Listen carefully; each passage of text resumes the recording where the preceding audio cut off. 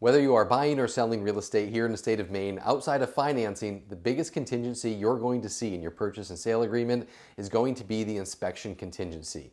What is the inspection? Why do people get them? Who has the upper hand, if any? Whether you're a buyer or a seller, you're not going to want to miss this. I want to clear up a lot of confusion today as we break down the inspections. Hey everybody, welcome back to the channel. It is your Central Maine realtor, Nick Isgro with eXp Realty.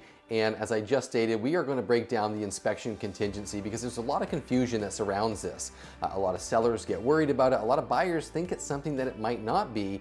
And it's something that I see even a lot of agents using to leverage on social media or otherwise in ways that might not actually be the most accurate. So I want to break it down so you have all of the knowledge you need of how this really works, what is it, who gets it, and why. Now, before I get into that, I want to welcome you here to the channel. If you've never been here before, we cover all things real estate here in the state of Maine, but particularly right here in the Central Maine market. If that's of interest to you or adds value to your process in the buying and selling of homes, do me a favor, go ahead and like this video, hit subscribe, knock that little alarm bell. You'll be notified every time we put out new content. All right, so first, what is the inspection contingency? So on the purchase and sale agreement, you really have several major things that include the purchase price, the financing contingency, inspections, time frames, and things like that. The inspection contingency in particular is one of the most common that we're going to see, one of the most often used because it is something that real estate agents always typically recommend. But it's also sometimes the least understood, and it's not something that if you're selling a home you should be fearful of, and you could get a pre-inspection. We'll talk about that in a little bit. But it's also something that you should be aware of, and if you're a buyer, it's not probably what you think it is. It's something that you might want to understand why you're getting it, so you go into it with the right mindset, because it's going to help both parties come together at the end, and if it's the right transaction, move that thing to the finish line. On the inspection contingency, you're going to give yourself a time frame. It is typically in business days, so if you say you have 10 days for inspections, that's roughly 2 weeks. It's 10 business days to get inspections done. Sometimes if you're trying to make that contract a little more palatable to the seller, a little bit more competitive, you might shrink that time frame down to 5 to 7 days. But regardless of how many days you have to do it, it's a time for you to get into the property that you're looking to sell and go through all of the systems, go through the water, the sewer, the septic system. That's going to be a big one always, but also the electrical system and just the general state and condition of the house, the roofs, the vents, the air, all of these things, anything you want to check out that may or may not make a difference to you when it comes to the value that you're going to pay for the home. Now, who gets it? Well, pretty much all of the buyers that I work with are going to get inspections unless they're really adamant that they don't need one.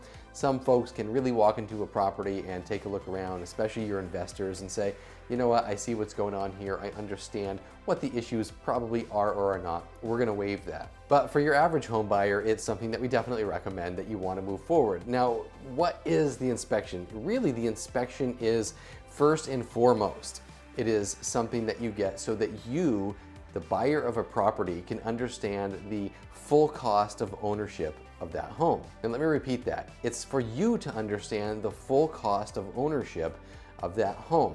And while, yes, there are items that might get negotiated along the way, what the inspection is not, and this is where I see a lot of times in the industry, we might not do the best job of preparing our clients as they get here. The inspection is not a to-do list for the seller, and it really never will be a to-do list for the seller because the seller is really not required, frankly, to do any of the things you're probably going to ask them to do. Now, a lot of times these things will get negotiated. We'll cover that a little bit later in this video, but just important as you're going into it, you're going into this with a mindset. You found this home that you love.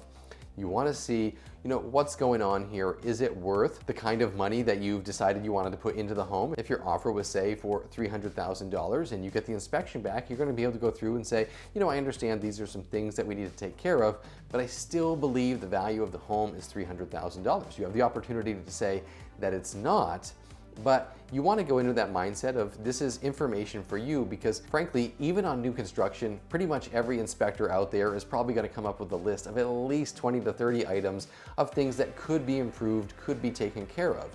They could be very minor things like putting a plate on the light switch or a plate on the outlet covers.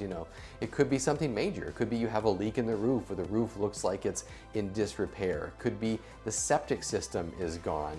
Those are some of the major things. Now, typically when you put an offer on the home, you're assuming that a lot of those major things, unless you can see to the naked eye, are going to be fully functional and as part of the price of the house. So if it's the big things, if you pull up to a house and it's pretty clear there's a big hole in the roof, you're probably not going to have that as an inspection item that you're going to even try to negotiate. Now, if you in good faith pulled up and the roof looked good, but then you found out through inspections there was some major structural problem, maybe in the basement even, maybe there was a concrete structural issue that you didn't know about, that does actually affect, probably, at least in your mind, the value of that property. And that is where you get to the negotiation point. Now, before I really jump into negotiations, I want to talk to sellers here. So sellers, one of the things that is becoming more and more common is the pre-listing inspection. Now, it's not super popular here in Central Maine. It hasn't really caught on, and part of that is simply because it is an additional cost.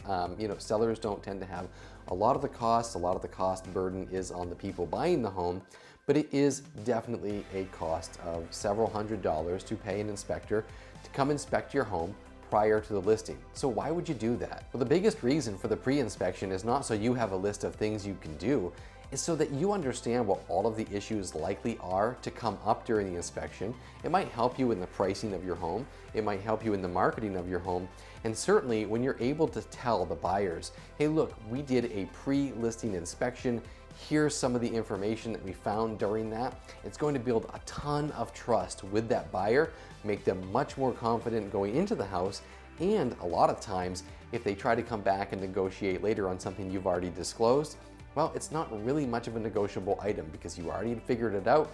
You had already given the information from your pre-listing inspection. It just puts you in a much stronger negotiating position as you move forward once it's listed. Now, like I said, not super popular right now in this particular market. Other markets it is. I think it's something we'll probably see catching on, and depending on your home, it may or may not be something that I recommend. Some homes, I know you're just not probably going to need it. Other homes might be a great idea. All right, so now we're at the point the buyer has had their inspections, and let's say, look, there's gonna be all kinds of things. It might be a little flaking paint on a handrail, might be an outlet switch cover that needs to be added, but maybe also the septic tank actually needs to be replaced, or the septic leach field needs to be replaced, or some other kind of major functioning thing that is really part of the general functioning of the home. Probably this is an item that's going to come to the table for negotiation. So how do we move forward with that? Well, we have a form. It's called the Investigation Contingency Agreement, the ICA as it's referred to, and it's something that you can do a couple of things. One, you can just remove all the contingencies you had.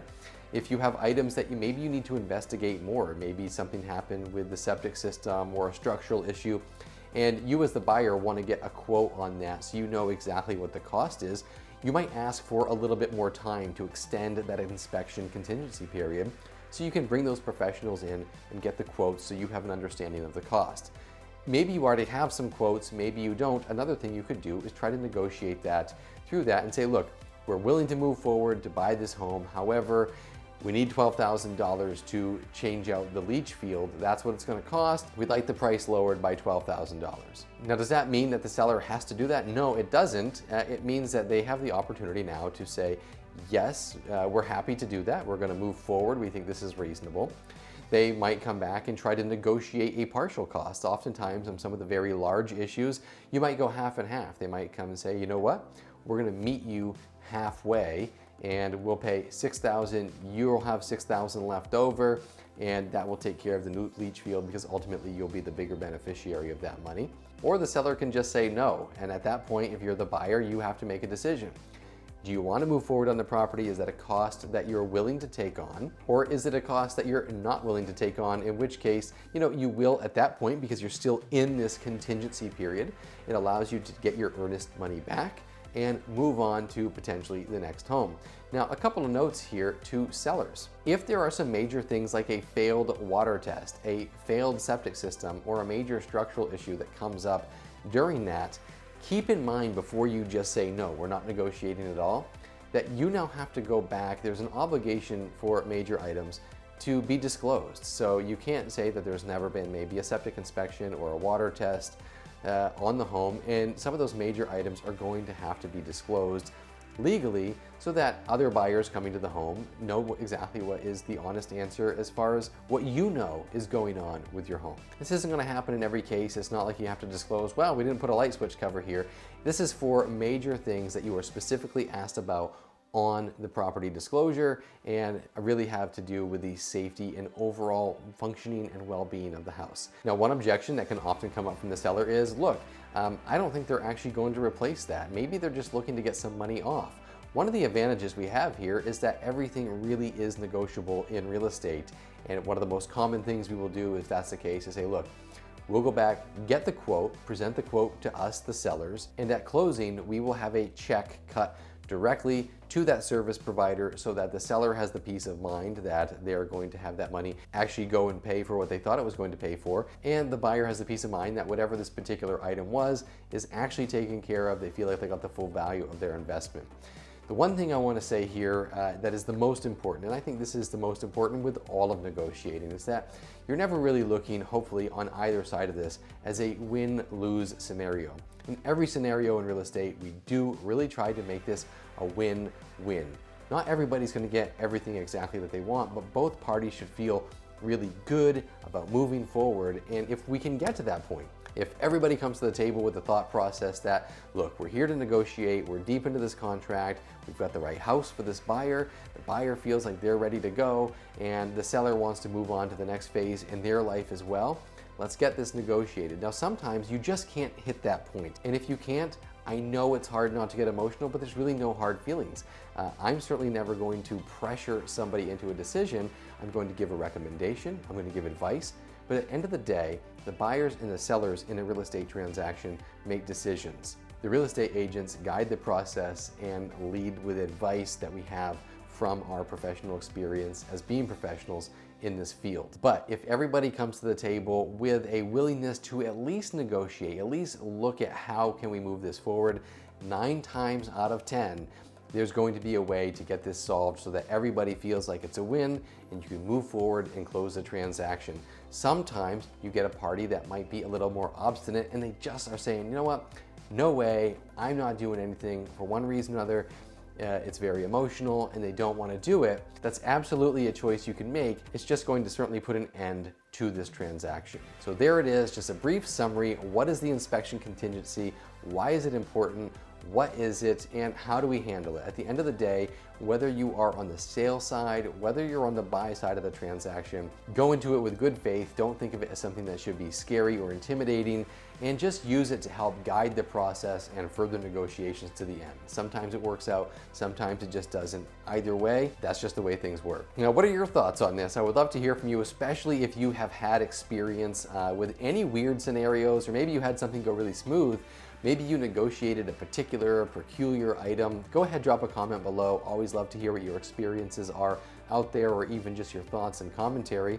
Of course, if you're looking for someone to guide you through your own process in real estate, you're trying to get to your next phase of life, go ahead, hook me up. All of my contact information is linked in the post below. I promise I'll get right back to you. Of course, as always, I thank each and every one of you for sticking around to the end of this video. Until the next one, I'll see you next time.